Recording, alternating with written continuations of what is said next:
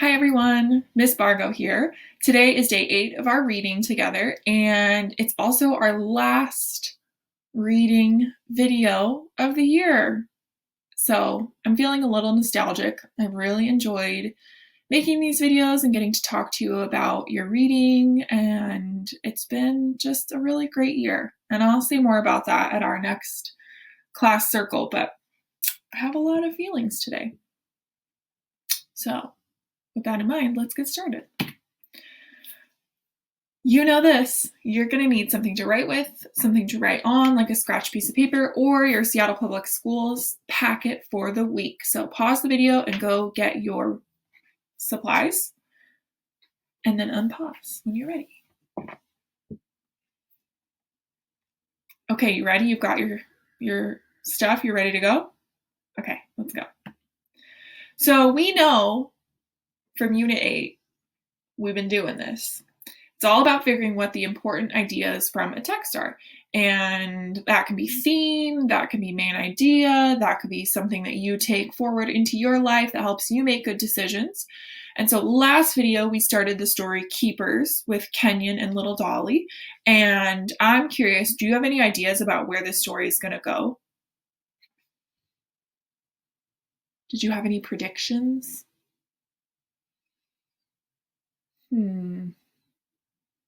Interesting. Keep them in mind, okay? Today we're going to finish Keepers. We're going to think about the theme of the story and think about text to self connections. So this was the reading and writing activity that I asked you to do for the last video, and I'm just curious what you wrote about. Did you end up writing anything or thinking about a story that you would like to keep and tell to people in future generations? Would love to hear about them. Here is your vocabulary for today. Wallop that day. And we, in this story, use this as a great day, a good day for hitting baseball. So Kenyon loves baseball and he's getting pretty good at it and he can hit the ball kind of out of the park. So when he says a wallop that day, it means that he's having a great day. And legends are traditional stories that are shared within a culture. So usually passed down orally, speaking and listening, sometimes written down. And so when you are thinking about these vocabulary words, you can write a story. You can play the game I'm thinking of a word and use clues for that vocabulary word and try to quiz someone you're hanging out with. Here is the think and write prompt for today that I'm going to ask you at the end of this video. Choose one of the prompts below to write about. Who is a keeper in your family? What is the story you'd like to hear that person tell? Or number 2 is, would you like to be a keeper of your family's stories? Why or why not? Okay, you ready to start reading? We'll think about these things as we're reading, okay? Here's the big picture. Kenyon wandered along Main Street, going in and out of shops, talking of ideas for Little Dolly with all of the shopkeepers, for they all knew his grandmother. The antique store where she could tell stories about many of the items for sale, the carriage ride place where Little Dolly always delighted the tourists with her tales, the soldiers' cemetery where she and Kenyon helped the caretaker decorate with flags on holidays. Kenyon was sliding his fingers along the storefronts when he saw, right under his hand, a leather baseball glove. On sale. Real leather. He went in. He tried it on. It fit as if it had been made just for him. He punched it with his fist, and the rich aroma of new leather filled his head. He thought about Mo Davis, and within 5 minutes, that brand spanking new leather glove slid into a crisp shopping bag. What just happened? Yeah, he bought it. Oh my gosh. Okay. Kenyon ran to the field and tried it out. Mo wasn't around, but there were plenty of kids to ooh and ah over his purchase. He fielded grounders with it, spit into it, and scratched his name on it with a penknife. And then, when he headed home for lunch, streaked with dust and full of pride, then he remembered Little Dolly. Kenyon felt as if he couldn't breathe right. His eyes opened wide, and he could feel his heart beating against his ribs the way a bat beats the ball when it connects for a homer, like a home run. What'll I do? What'll I do? On the way home, folks asked him if he had decided yet on the gift for little Dolly. He managed to mumble something. Mrs. Montgomery looked at that ball glove, and he knew she'd figured it out. How do you think he's feeling right now?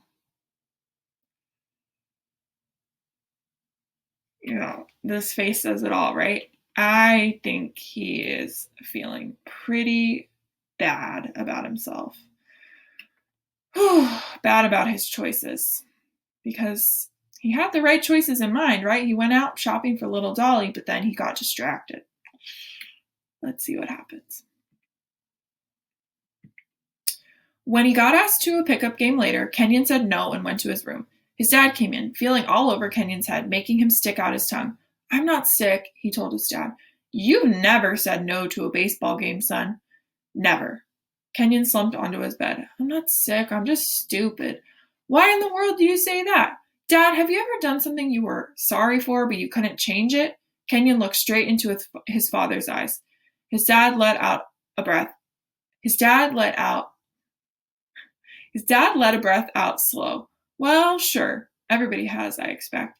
So, what did you do? Told myself I would do better the next time, and then went on. You can't go back, can only go forward. Little Dolly wouldn't be 90 again. He couldn't do better. There wouldn't be a next time. Shoot! He didn't blame little Dolly for not trusting him with her stories. He couldn't even be trusted with money and the stories. That was it. He could give her something. What do you think he's planning? What do you think Kenyon is planning here?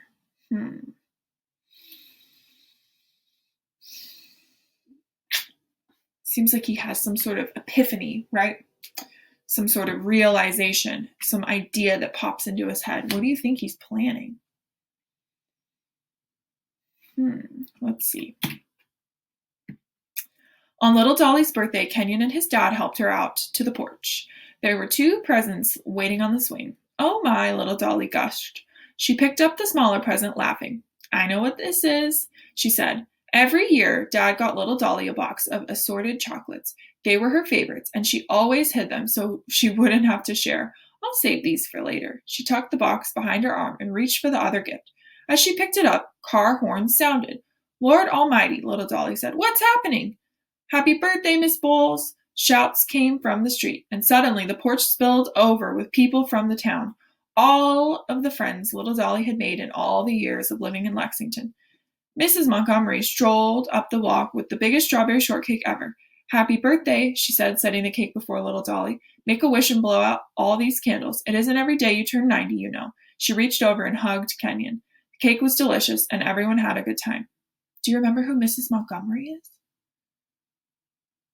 She's the lady from the bakery, right? That Kenyon talked to about making the cake.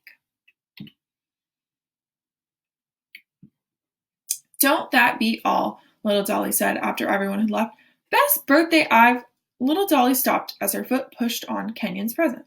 Well, it looks like it ain't over yet, she said. Hand that box up to me, Kenyon. Little Dolly ripped the paper off as Kenyon shifted from foot to foot. He started apologizing. It's not much, I know, not like a carriage ride or a strawberry shortcake. He stopped when he saw her eyes sparkling. She carefully lifted the gift from the box and delicately touched the handmade book.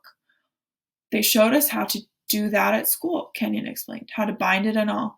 And inside I put, my stories, she finished. A book of my stories. Yes, ma'am. Let's see that book.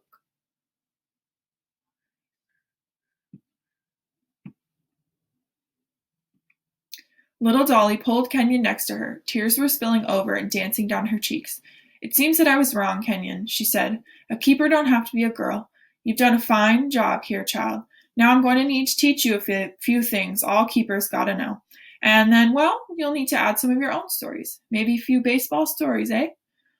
Kenyon smiled and slipped his hand into little Dolly's. It was definitely a wallop bat day. My last question for you is, what do you think about the idea that there are certain jobs only girls can do and that only boys can do? What if you don't feel like either?